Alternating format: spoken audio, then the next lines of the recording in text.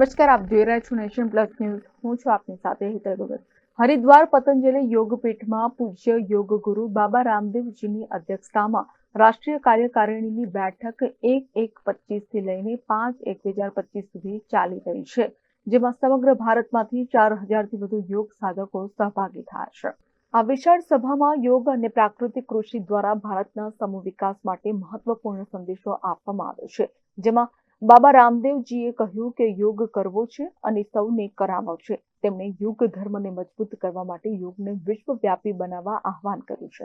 યોગના માધ્યમથી ભારત ફરીથી વિશ્વગુરુ બનશે અને માનવ વિકાસ, માનવતાનો વિકાસ અને માનવ માટે વિકાસ જ એક સાચી ક્રાંતિ હશે. આ ક્રાંતિ શારીરિક, આર્થિક, સામાજિક, માનસિક અને આધ્યાત્મિક પ્રગતિનો માર્ગ પ્રસ્તુત કરશે. આચાર્ય શ્રી બાલકૃષ્ણજીએ ઉલ્લેખ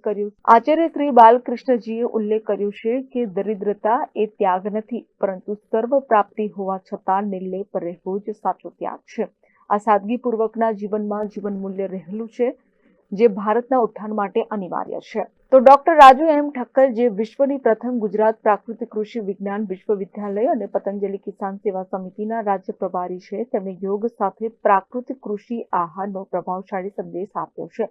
પ્રાકૃતિક કૃષિ અને યોગના મિશ્રણથી સ્વસ્થ આહાર અને શારીરિક આરોગ્ય માટે એક નવી દિશા આપવાનો પ્રયત્ન કરવામાં આવ્યો છે. Bureau report, Nation Plus News. સમાચારોના સતત અપડેટ મેળવવા માટે અમારી નેશન પ્લસ ન્યૂઝની યુટ્યુબ ચેનલને સબસ્ક્રાઇબ કરો, બેલ આઇકન દબાવો અને જોડાયેલા રહો ફેસબુક, ઇન્સ્ટાગ્રામ અને ટ્વિટર પર.